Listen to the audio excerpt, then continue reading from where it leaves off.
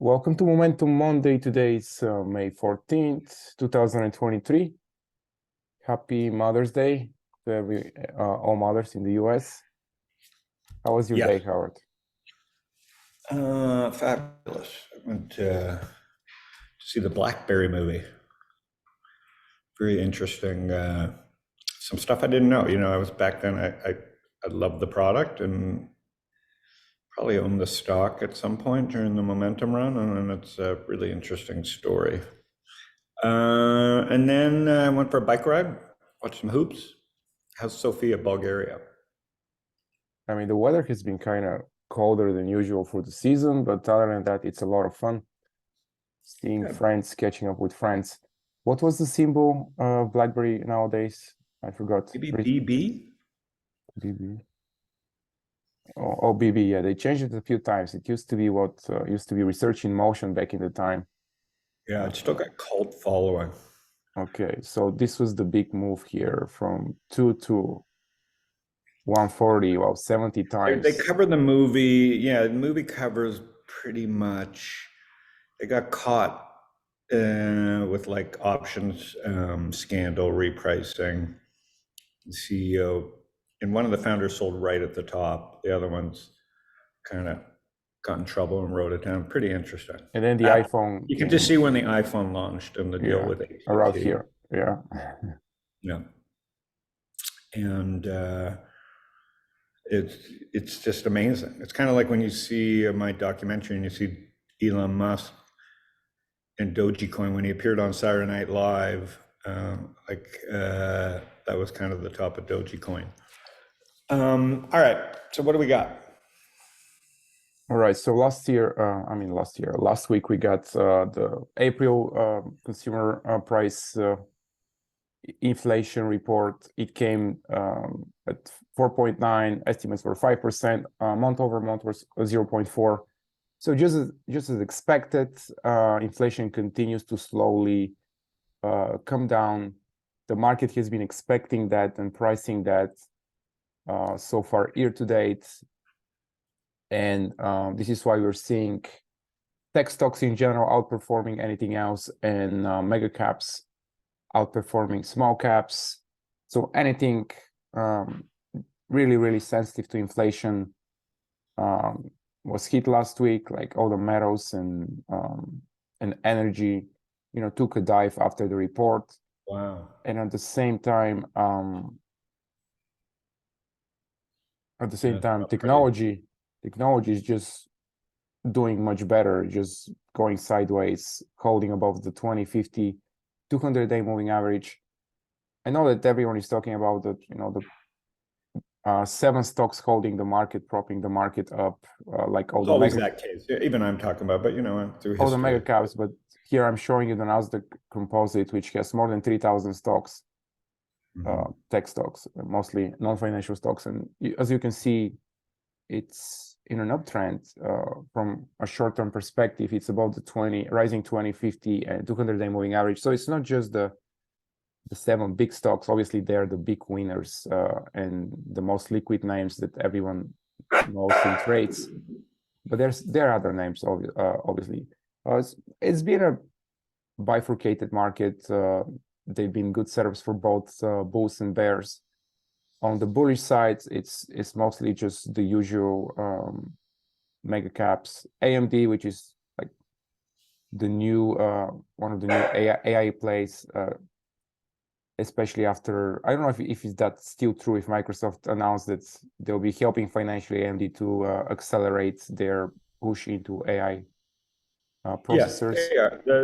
The enemy of my enemy. They need chip relationships. It's interesting because Apple has built everything vertical, but they haven't done anything in AI series, like their closest thing, and they're way behind. I think the big news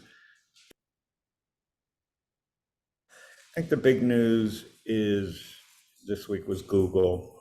If you haven't gone to sign up at bird.google.com, it's a huge move on huge volume, and it's not just fluff. Bird launched, integrated with all their apps. It's hard you got to go sign up, but Ethan and everyone in the office is using it. Matt's using it in the office and integrated directly into their search, so you can just use it in real time. Obviously integrated with Maps, Google Flights, Gmail. You can see why it was important for Microsoft, and obviously Satya's done an incredible job. But like I call it the Empire Strikes Back. Google is not is definitely pulling an Apple, and they're willing to bite off their search arm for AI. That's what this announcement does. And the geeks are not a lot of news on it, but if you're a user and like everyday type stuff like fastest flight to south of France, right? Like you can really use it instead of searching Google Flights, you can just talk to Bard or in a prompt with Bard. So it's real. Yeah. And that'll help the NASDAQ 100. And it's, you know, it's, I don't know how many trillion Google is, but let me just see, what is it? 1.5. 1.5 trillion. So again, this is, if you're a VC, been investing in AI for the last year, I think all your apps are pretty much, unless you're doing something around the chip side or have unique data, I mean, Google's going to pretty much render most apps useless because I live in Google. So if Google can do a different type of search for me, great. So that, I think that's the biggest news. And then the other big news is the financials, right? Like what even JP Morgan, what's his name, came out and just was like, more shit to come for the banks. So the XLF is, you know, it's kind of a no man's land. So we're not in like, but that looks heavy. Yeah, it's one of the the weakest sector, definitely. Yeah, but it's, you know, again, the markets can go up without banks, but credit is what drives the world, and credit's drying up. So you've got this illusion of liquidity, and I don't like investing with, you know, I don't love the markets anyways in the tech side with the RSUs and all the bullshit and terrible leadership and, you know, the smaller names and lack of profits, and higher interest rates. But, you know, when you see the banks doing this, credit drives the world, and US credit is going to be tight with the regional banks in the shitter. And so that, to me, that's what drives the market. I look at Tesla and I'm like, they need real world financing, right? Like, and that just, you know. Yeah, if they want to expand beyond the 5%, of the top 5% of the people that owns them, yeah, they're gonna need financing. It is funny. I was in an Friends e-tron, and it's funny. They made it sound like a car store. I mean, the Tesla still is the best product if you're just a pure geek. But again, I'm neither. But like, it's a beautiful car, the Audi, but like 200 miles. You know, it's not a Tesla, and so Tesla's still winning, and the chart looks like that. I mean, it's tough out there. It's just heavy looking, kind of like the financials. And I think anything that relies on a lot of credit, even though Tesla's printing money short term, is tough. That's, I think, why energy is weak. That's why metals and mining are weak. You need credit to dig and to do all this stuff. And well, it's more inflation related, and then the US dollar is starting to perk up again, which has been bearish for because there's been 2 months of like death of the dollar. Right. And the Economist had the death of China. So you could see a rotation into China. Well, it's funny. I think last week they released a speech by Stanley Druckenmiller. He said he's short the US dollar, he's long copper and long oil, and exactly the opposite has been happening. Like the dollar is rallying. The short term. Yeah, copper is pulling back. He's not. I mean, he's definitely. These are all over my pay grade, but Druckenmiller's worth listening smartest, to. A lot of videos. Probably the smartest hedge fund manager with the top records. Ain't broke. If you own Apple and Google, you're having a good year. I guess if you own Microsoft, you're having a good year. So Apple and Google are kind of carrying me this year, but I'm still very low exposure to But Google's 30% off the lows right now. Yeah, he also mentioned That's a his long medium. Microsoft and Nvidia as an AI place. He said, Yeah. it's the new internet potentially. So it's a big long-term trend. Amazon's also rallying, Howard. Looks like also an AI play in a way through Yeah, in a their way. Alexa and stuff. They're just more of a global economy, and they don't have like the cash cow that is, Google search, more complex play. But yeah, I like the action in Shopify, Big breakout in and earnings. you have to Yeah. like the action in Fangs. The solar stocks had a big week. They had given up a lot of gains. Big So I Friday, like not big the week. Big news. Friday because First Solar bought a company in Europe, but then there are only a few solar stocks that are really looking good. First Solar definitely looking the best. This is new 10-year high. This is a longer term monthly chart. It's been a big move, since the lows of 2020, about 10 Mhm. times, 25 to 230. And some of the other names, you have Array Technologies, building a base. You have Mm. Choice, Choice, Mhm. potentially building a base. You have that Israeli company, Solar Edge, potentially Mhm. building a big base. And what was the other one? ENPH. Yeah, that's the one that I It was sold the up. big That's big Israeli as leader, well. and then Yeah. starting to break down. So it's a market of stocks even in Anything you solar. see that's like, I guess, is it still restaurants leading, and I mean, they're still holding Nvidia is better. leading. Uh, Nvidia is leading. I mean, yeah, AI is the big team year to date, and no mega caps. Yeah. Um, these are the two big teams. Anything else is just kind of shorter term. Obviously, smaller caps much weaker. Like the other day, I think I posted a chart of the QQQ versus the small caps ratio, and it's almost at all-time highs, like going back to 2000. It's a pretty intense move.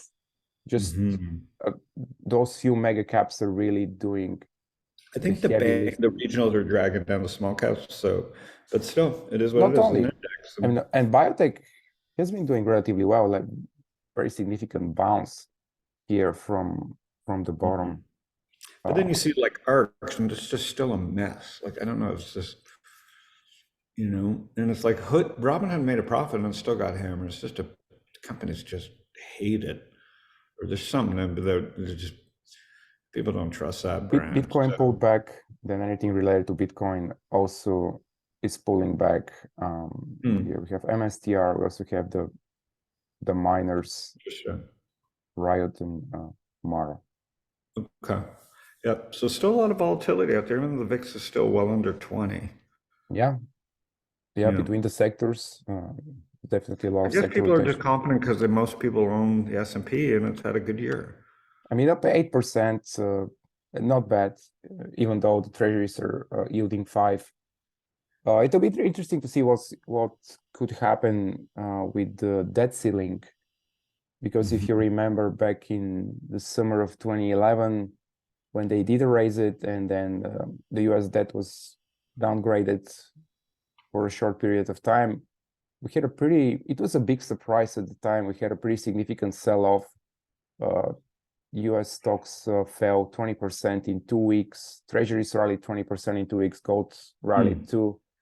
Obviously, now that it happened, we're not going to see the same magnitude of reaction, but we might see some type of reaction. Maybe not 20%, maybe it could be Good. I mean, 5%. nothing was, again, I'd be shocked because Google and Apple are so strong. To see a 20% move would have to mean something happened to one of the big, the Microsoft.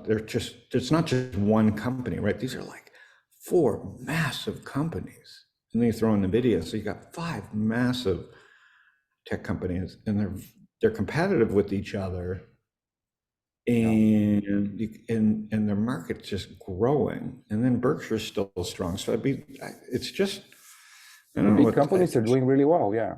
Yeah. yeah, these aren't like they're expensive, but they're doing really well. Like Nvidia's going to earn $5. It's expensive, but not like silly like 20 times, 100 times revs. I don't know. They're not Yeah. for me at these Mhm. prices when you can get 5% guaranteed. But But anyways, there's something out there, the restaurants, the big cap tech, and there's some trades out there. What are you doing? So I'm mostly trading the mega caps. Like last week, I traded AMD and Amazon and SC, which is like the big gaming company from Singapore. Just they reported their first profitable quarter last quarter, and big volume breakout here. And then I played that move back above the 50-day. I was lucky with the gap up, and we're seeing like a pre-earnings move. So these are the main things. Like I mostly trade the mega caps lately. There's a swing market, a little bit of a swing market, but it's a tough trending market. I'm not. Yeah, I'm mostly doing short term, mostly options related, where I know exactly what my risk is, which is usually the entire premium. So yeah. All right. Well, have a good week. I'm headed to Miami and New York, and you'll be Italy. Yeah. Next week I'll be in Italy. So all right, see you next week. All right. Have a great time.